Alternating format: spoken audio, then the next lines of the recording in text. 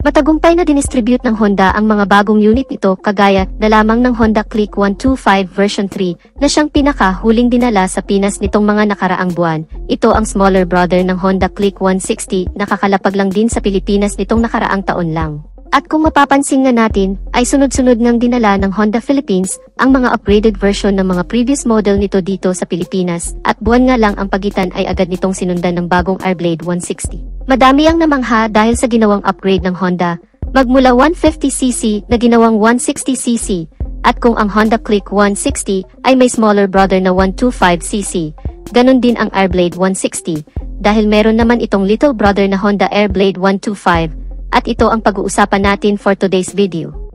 Welcome ulit sa ating panibagong video. Bago tayo magpatuloy, kung bago ka pa lang sa channel ko ay huwag kalimutan na mag-subscribe. Pakihit na rin ang notification bell icon para lagi kang updated sa ating mga bagong video upload. Isama mo na ring pindutin ang like button bilang suporta sa ating munting channel at huwag din kalimutang i-follow ang ating Facebook page. At sa mga nakasubscribe na, maraming salamat sa walang sawang pagsuporta. Ang Honda Airblade 125 ay inilabas sa bansang Vietnam taong 2020 at 3 taon na itong namamayagpag sa kanilang bansa. Ngayon alamin natin ang advantages ng features at specifications ng scooter na ito. Umpisahan na agad natin sa pinaka-heart ng motor, ang kanyang engine.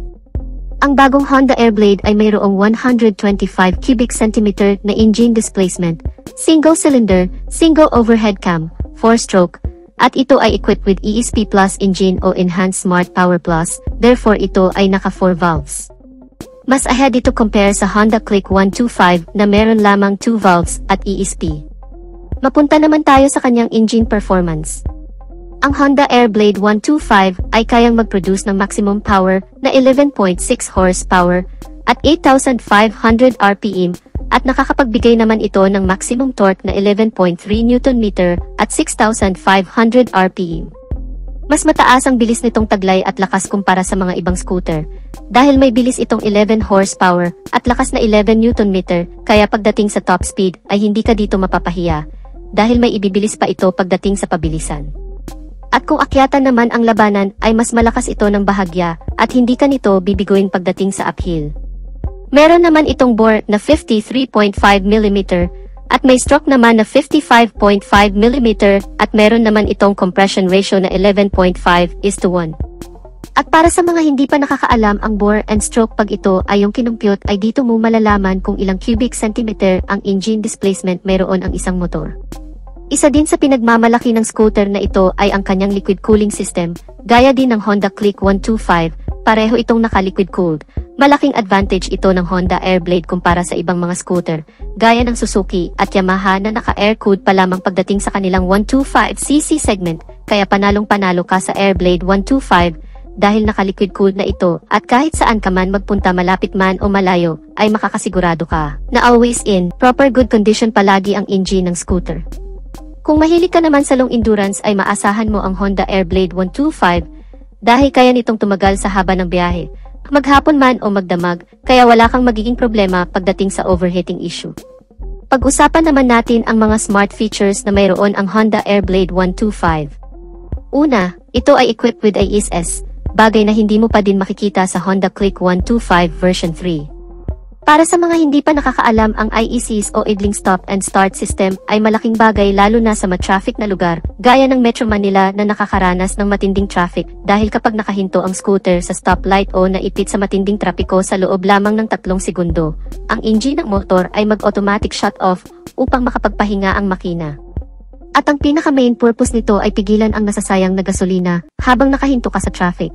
Dahil kung wala ang ISS, ang motorsiklo ay patuloy pa din sa pagkonsumo ng gasolina kahit nakahinto na at nakabase pa kung ilang minuto nakatigil ang scooter, kaya mas madami na din itong maibubuga na emisyon na nakakasira sa ating kapaligiran, kaya mayroon itong ISS para pababain ang fuel consumption at emission sa mga traffic situation.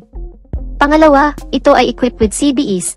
Ang combination braking system ay mas reliable gamitin kumpara sa standard brake lamang, dahil ang kagandahan ng CBS pag pinihit mo ang front or rear brake, alinman sa mga ito ay magsasabay ng bahagya upang maibigay ang balancing braking power na kinakailangan ng scooter kapag ninais mong huminto, kaya malaking bagay din ang pagkakaroon ng combination brake kesa sa standard brake at pareho lang din ito ng sa Honda Click 125. Pagdating sa braking system setup, Equipped naman ito ng hydraulic single piston single disc sa harap, at ang ganda din ng kanyang mags wheels na mayroong single spoke stars design at gumagamit naman ito ng mechanical leading trailing o drum brake at pareho lang din ito sa Honda Click 125 na naka-drum brake sa likod.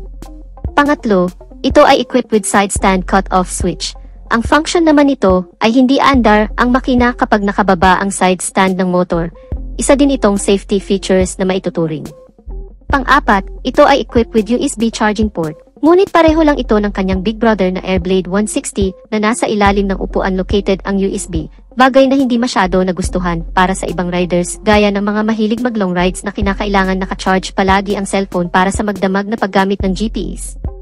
At sana sa next version ng Airblade ay ilipat na nila ang USB location, gaya ng sa Honda Click 125 na nakalagay ang USB port dito sa harapan kaya ito ay easy access para sa isang riders.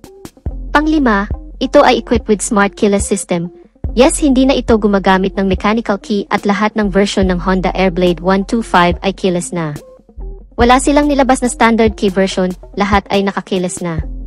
Ang kagandahan naman kapag naka-smart key ay syempre effortless na ang pag-on and off sa scooter. Dahil pa remote ka na lang pagbubuksan mo ito, kaya ito ay very secured at mayroon na din itong answer back system at anti-theft alarm na dagdag security assurance, bagay na kapaki-pakinabang sa lahat ng mga Honda users. Mapunta naman tayo sa kanyang suspensions. Sa harap ito ay naka-telescopic fork at meron naman itong dual shock absorber dito sa likod. Ang kagandahan sa naka-dual shock ay ideal ito sa mga heavy loads dahil mas mabigat ang kaya nitong buhatin at ikarga o di kaya ay pag mayroon kang iangkas at mas balance ang force na kaya nitong ibigay na nagpapanatili sa mataas na stability ng motorsiklo at mas maganda ang bouncing performance nito pagdating sa mga heavy workloads. Meron naman itong fully digital dashboard na very detailed at lahat ng information ay makikita mo dito. Ang kagandahan din nito ay meron na itong built-in voltmeter para sa battery health monitoring. Ang sukat naman ng gulong nito sa harapan ay 80/90/14 at sa likuran naman ay 90/90/14 all tubeless. Pagdating naman sa lighting system magmula headlight, daytime running light, tail light, at turn signal lights ay naka-full LED na lahat. Meron naman itong fuel tank capacity na 4.4 liters at ang kagandahan ng kanyang fuel tank ay nasa harapan kaya less hassle na din dahil hindi mo na kailangan buksan ang upuan para magpagasolina.